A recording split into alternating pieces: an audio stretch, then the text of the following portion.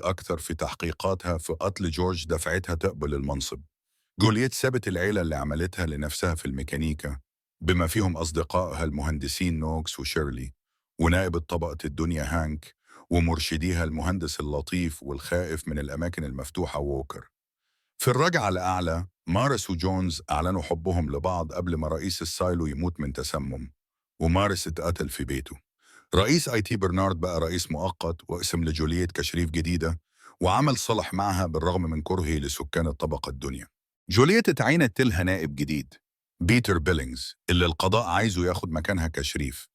بالرغم من كده بيتر أثبت إنه صديق حقيقي لجولييت، وأقسم إنه مش مع الاسم القمعي. الاتنين بقوا قريبين من بعض، وجولييت بدأت تثق في شريكها الجديد لحد ما اكتشفت إنه عنده السيندروم، حالة صحية خطيرة بيسيبها سر علشان ما يفقدش شغله. وهي جولييت بتتحرى في موت جونز ومارس،